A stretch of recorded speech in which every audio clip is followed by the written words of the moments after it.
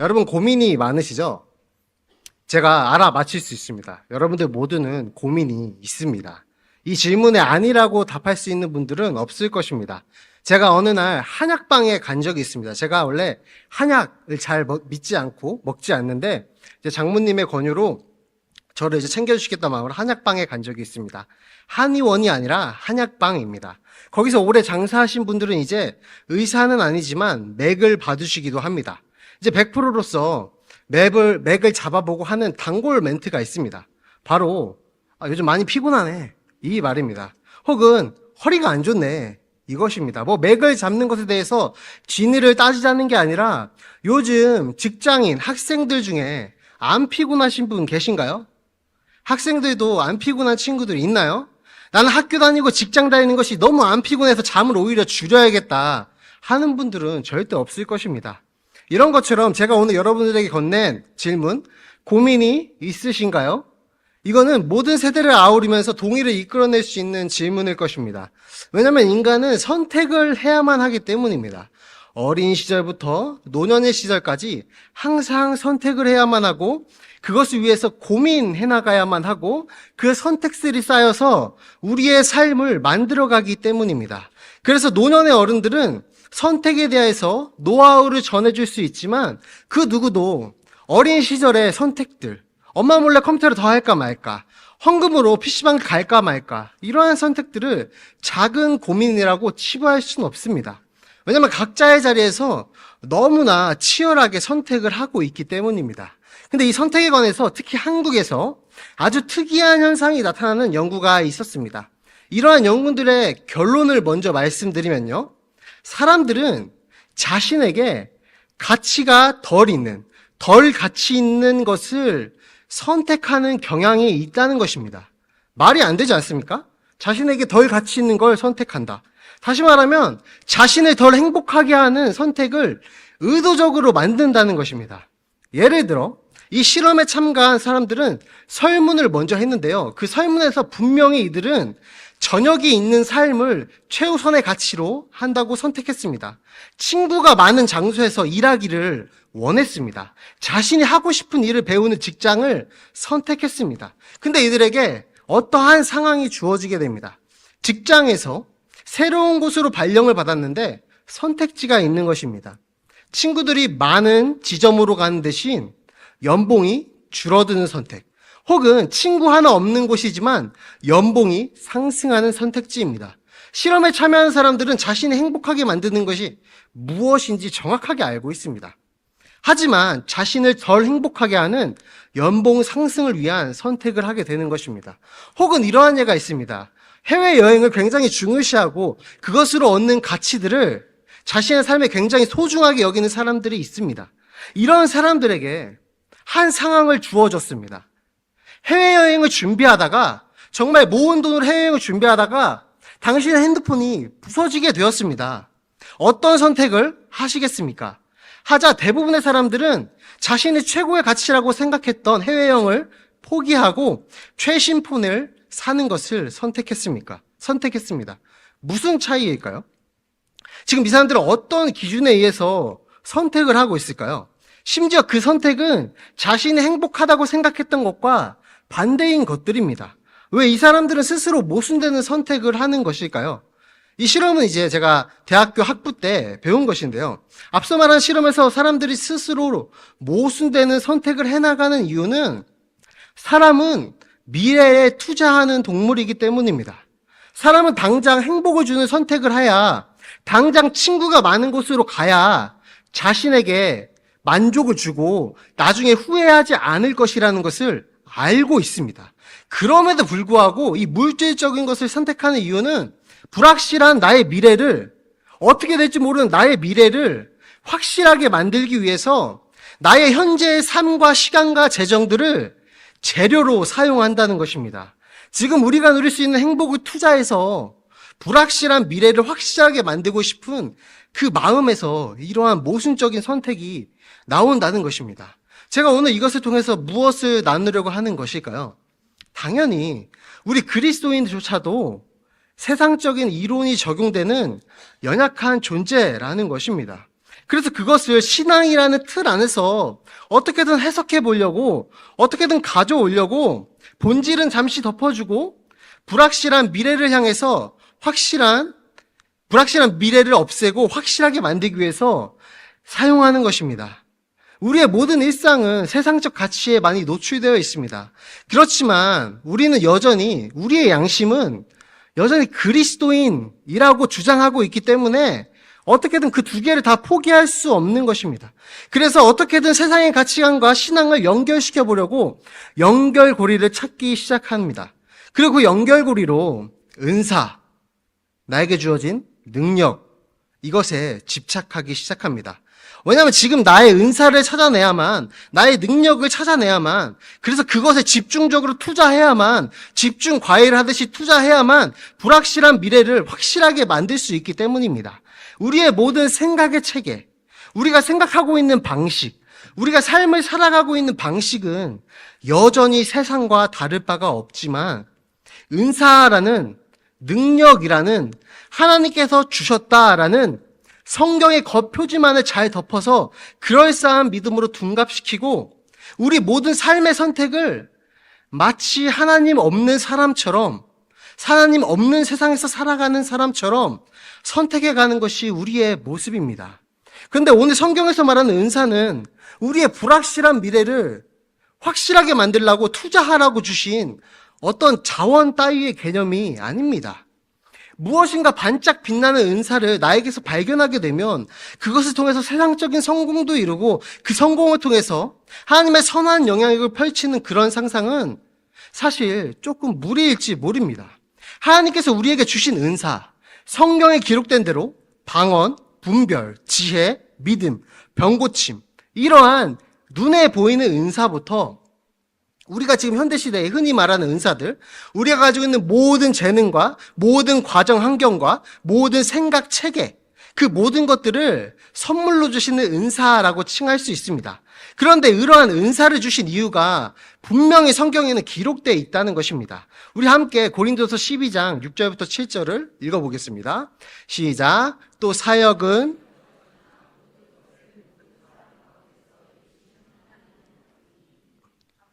세계 성령을 나타내심은 가게 하려 하심이라. 아멘. 바울은 이 말을 한 후에 이어지는 고린도서 13장과 14장에서 이 모든 은사들이 사실은 공동체의 유익을 위해서, 공동체를 세우기 위해서 주어졌다는 것을 확실하게 말해줍니다. 은사로 표현되는 카리스마라는 단어는 안타깝게도 우리의 기대와는 다르게 우리의 유익을 위해서 주어지지 않았습니다. 나의 미래를 위해서 나에게 주어진 것이 아니라는 것입니다. 내가 잘 되고 내가 미래에 어떤 영향력을 갖게 되는지 이런 것을 위해서 주어지는 것이 은사가 아니라는 것이죠. 내가 가진 능력으로, 내가 가진 직업으로, 내가 가진 재정으로, 내가 가진 모든 것을 발전시키고 애써서 성장해 나가고 이런 것들을 분명히 해야 합니다. 우리는 멈추지 말아야 합니다. 근데 그 모든 것이 성경은 지금 타인을 살리기 위해서 이 결과로 이어진다는 것입니다. 우리의 선택은, 우리의 기준은 세상과 근본적으로 다릅니다. 질적으로 다를 수밖에 없습니다. 맞습니다. 우리도 세상을 살기 때문에 미래를 위해서 현재의 행복을 잠시 미뤄두는 선택을 할 수 있습니다. 쉬고 싶은 것을 참으면서 공부하는 선택을 하는 것이 당연히 맞습니다. 공부해야 합니다. 열심히 애써서 나의 능력을 개발해내야 합니다. 그러나 그 이유가 무엇이냐 이것입니다. 그 이유가 타인의 성공을 위한 선택이 될 수 있냐는 문제입니다. 거부감이 들 수 있습니다. 왜냐하면 힘들게 고생하고 노력해서 얻은 결과를 나의 불확실한 미래를 해결하기 위해서 투자하는 것이 아니라 타인을 살리기 위해서 쓴다는 것이 확실하게 별로 와닿지 않기 때문입니다. 그러나 우리가 이 목표를 정확하게 할 때에 오늘 이 나를 찾아가는 이야기, 이 이야기가 시작될 수 있습니다. 나의 은사를 발견하고 그것들을 통해서 하나님께서 원하시는 삶을 발견하고 하나님이 쓰신 나의 이야기를 찾아가는데 그것들은 틀림없이 분명하게 타인을 살리는 삶일 것이기 때문입니다. 그것에 실망하지 않을 마음의 준비가 되셔야 오늘 나를 찾아가는 이야기가 정말로 우리 삶에서 시작될 수 있습니다. 하나님은 오늘 7절 말씀에서 말씀하신 것처럼 모두에게 은혜를 주셨습니다. 이 은혜는 은사와 성경에서 비슷하게 쓰입니다. 중요한 것은 우리 모두에게, 여기 앉아 계신 모두에게 한 사람도 빼놓지 않고 모두에게 주셨다는 것입니다. 그리고 모두에게 주셨는데 알맞게 주셨다는 것입니다. 요즘 많이 안 쓰이고 한물 같지만 알딱잘깔센이라는 단어가 있습니다. 알딱잘깔센. 알아서 잘, 딱, 깔끔하고 센스 있게 라는 말입니다. 하나님은 자신이 보시기에 아주 알맞고 아주 적절하고 아주 충분하고 하나도 모자라지 않게 완벽하게 은사를 우리에게 모두 분배해 주셨습니다. 우리 청소년뿐만 아니라 삶을 아주 충분하게 살아오셨는데 대체 나의 은사가 무엇인지 모르겠다.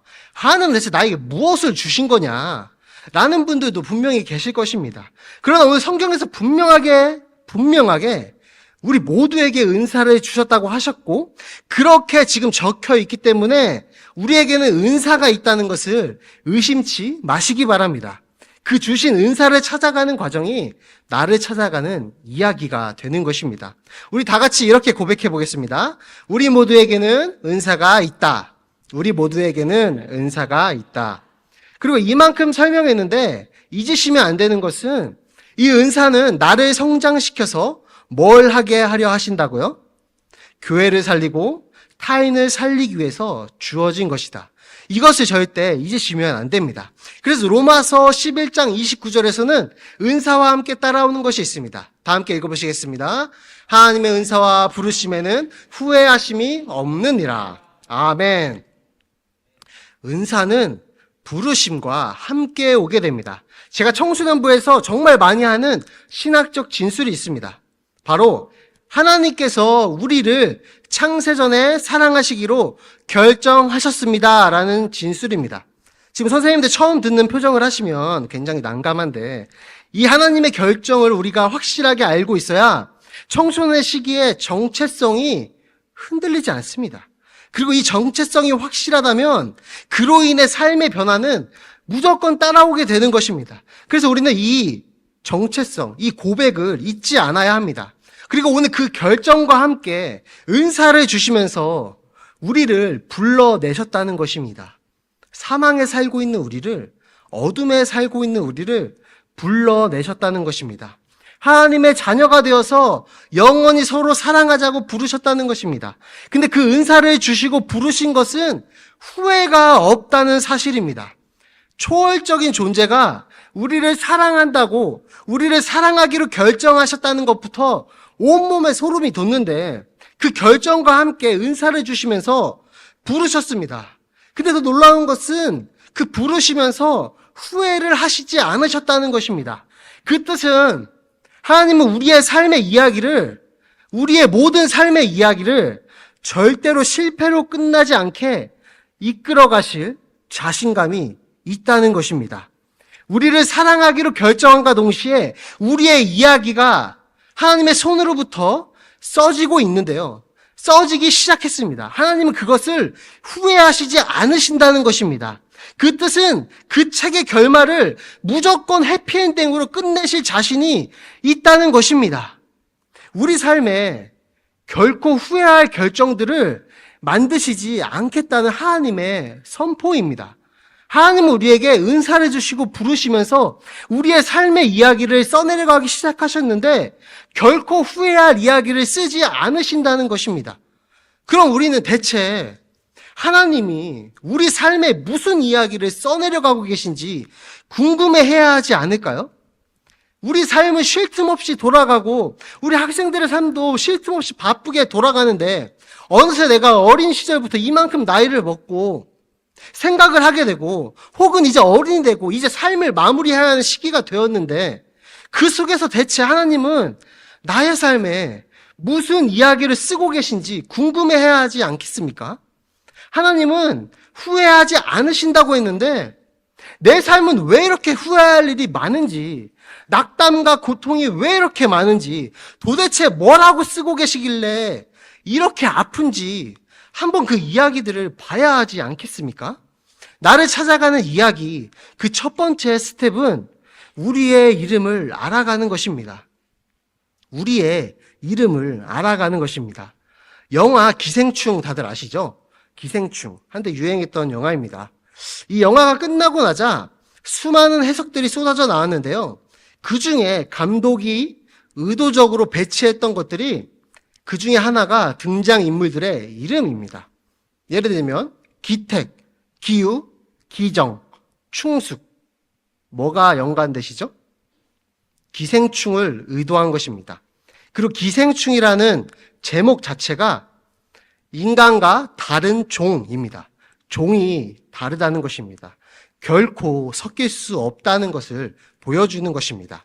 또한 기정이라는 인물은 한글 사전 자체로 이미 결정되어 있음이라는 뜻입니다. 즉 유일하게 영화에서 죽은 인물을 암시했다고 볼 수 있겠습니다.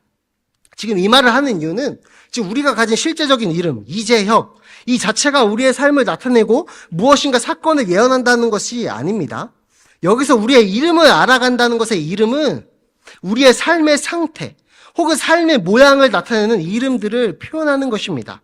예를 들어 자신의 이름이 어떤 가정의 가장이 될 수가 있습니다.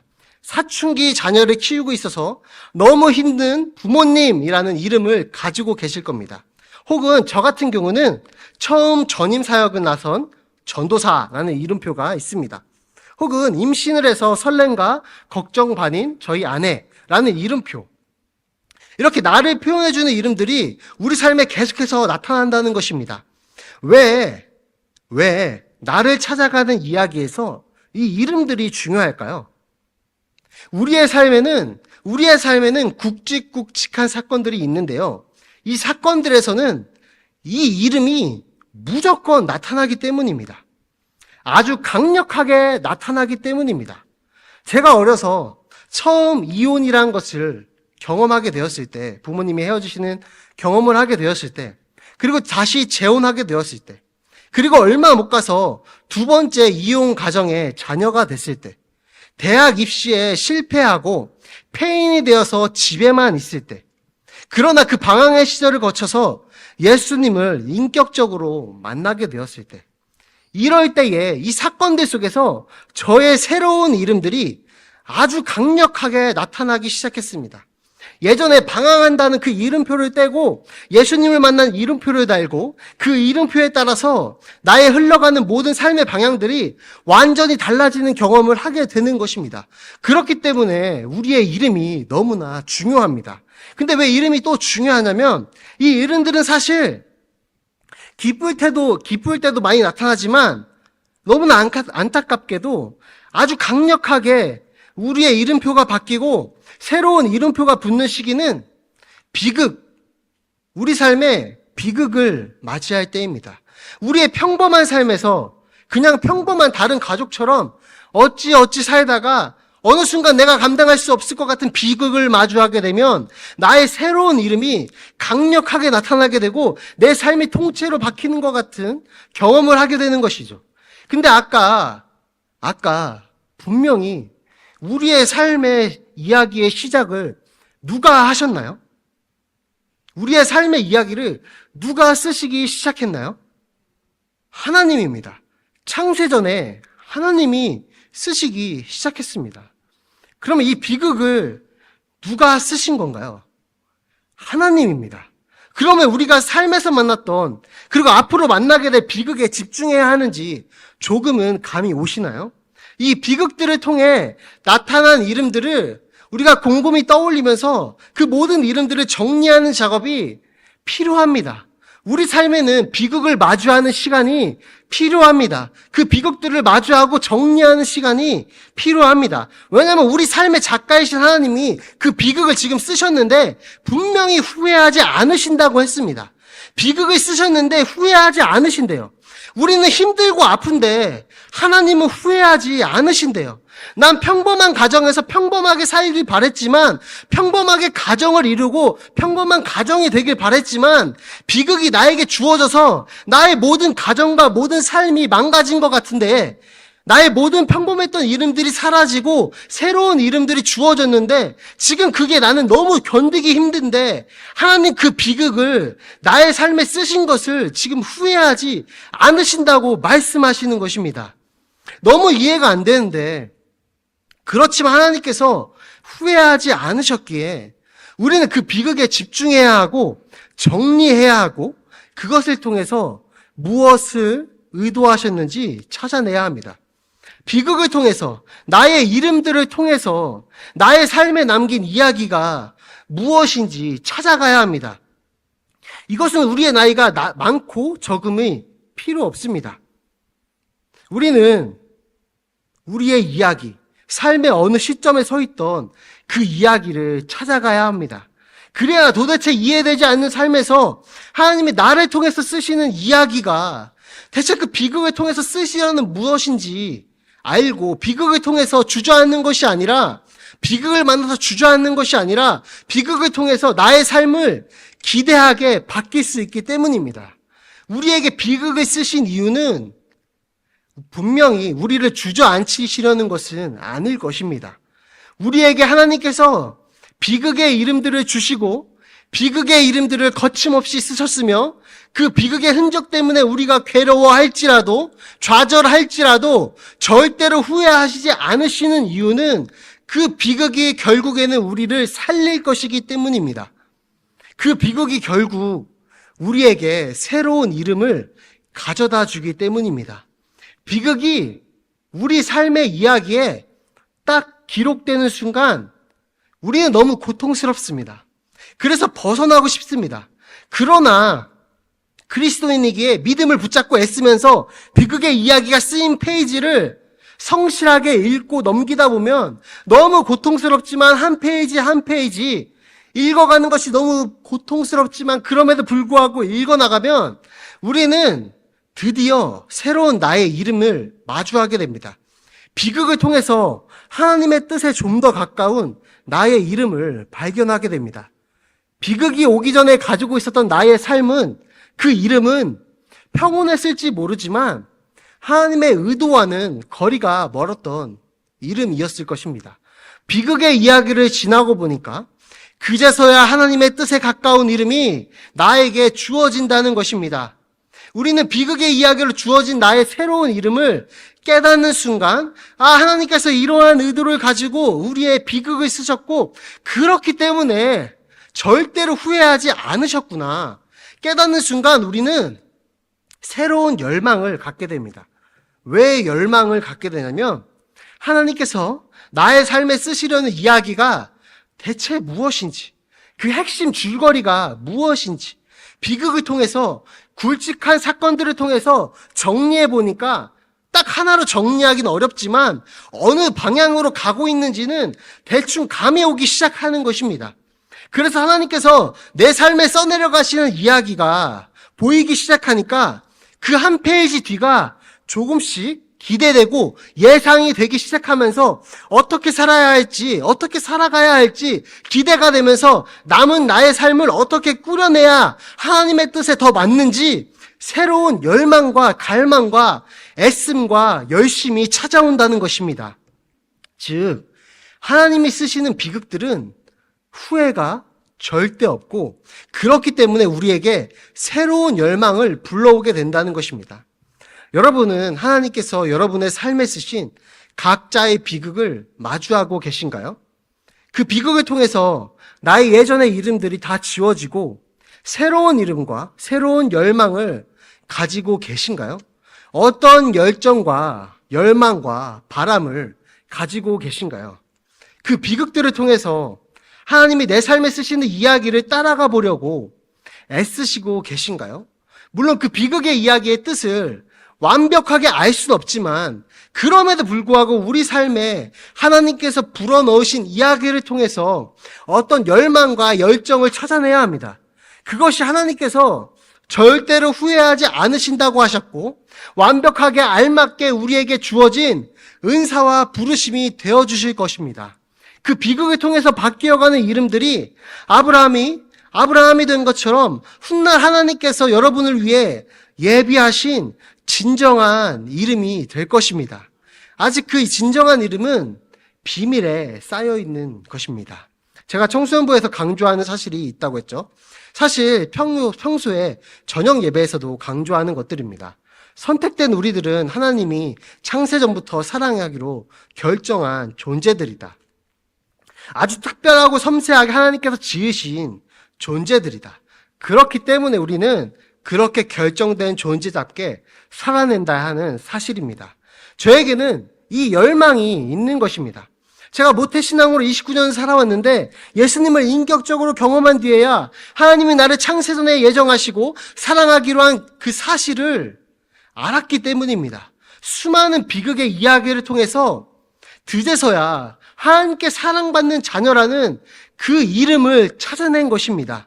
그래서 그 이름은 저에게 열망을 주었는데 아직도 그 사실을 모르고 있는 사람들을 살려야 한다는 그 열망입니다. 그 열망을 불어넣었고 그 열망은 저를 이 자리에 서 있게 이끌어가는 것입니다. 제가 경험한 하나님이 점점 더욱더 풍성해지고 깊어지는 것입니다. 여러분, 비극과 마주할 때에 우리는 우리의 이름과 이야기를 발견하게 됩니다. 비극을 마주하면 내가 가진 이름, 어쩌면 평범한 가정에 평범한 아이, 평범한 가장이라는 이름은 잃어버릴 수 있습니다. 지금의 평안은 깨질 수 있습니다. 그러나 하나님께서 내 인생에 불어넣으신 진정한 이름을 찾아가는 과정입니다. 진정한 나를 찾아가는 이야기가 시작됩니다. 근데 마지막 반전이 있습니다. 우리가 이렇게 하나님께서 우리의 삶에 쓰신 이야기를 그 흔적을 따라가면서 하나님의 뜻을 알려고 노력하다 보면 뭔가 살짝 이상함을 느끼게 되는 시점이 있습니다.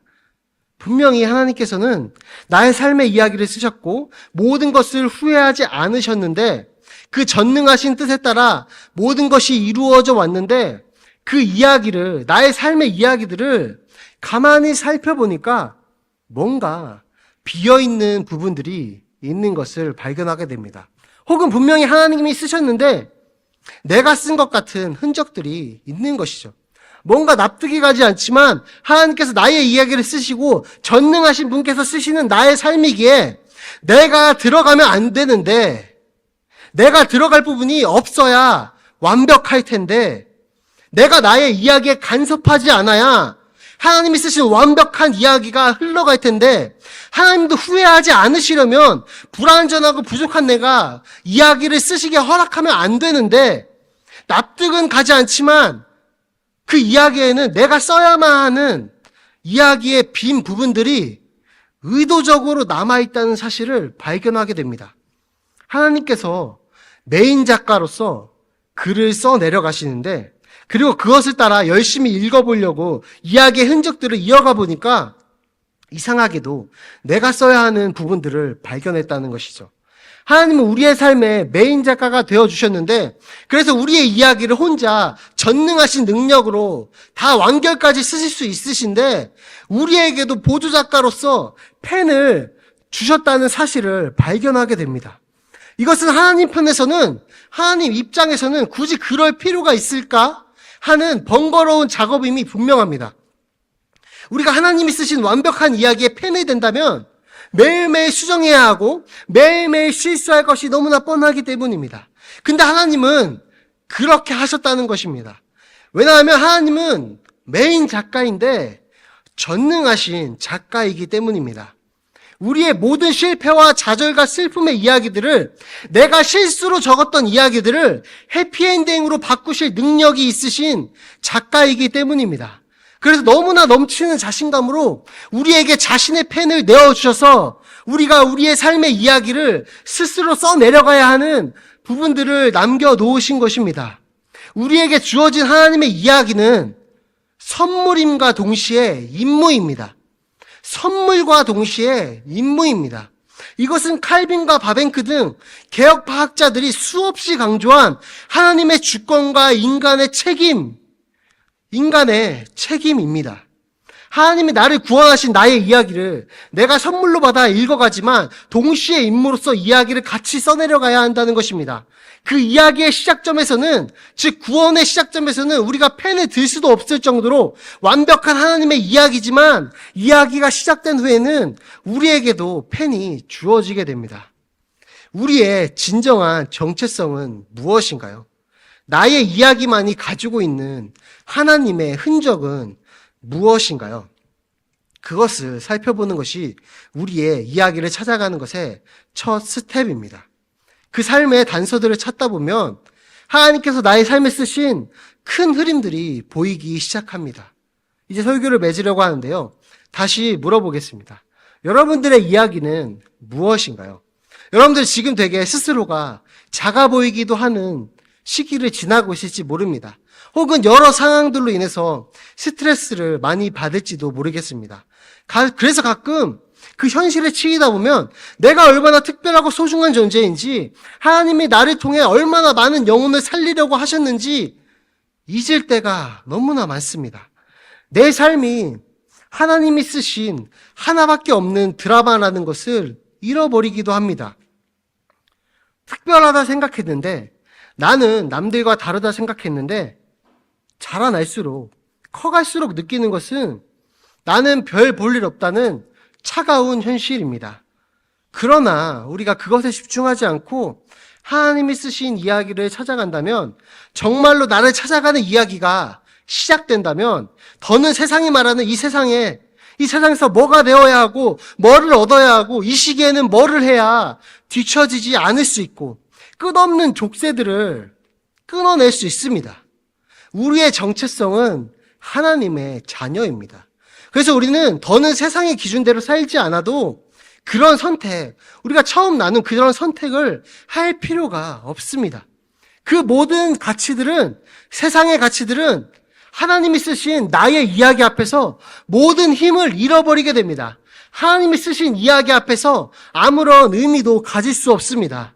우리가 집중해야 하는 것은 지금 우리 삶에 하나님께서 어떤 이야기를 쓰셨지? 이것을 끊임없이 찾아가는 과정입니다. 그래서 그 흔적들을 가지고 하나님의 나의 이야기에 불어넣으신 진정한 열망과 나의 진정한 이름을 향해서 나아가는 것이 우리의 이야기가 된다는 것입니다. 진정한 나를 찾아가는 이야기가 이 자리에 계신 모든 한 분에게 빠짐없이 시작되기를 주님의 이름으로 축복합니다.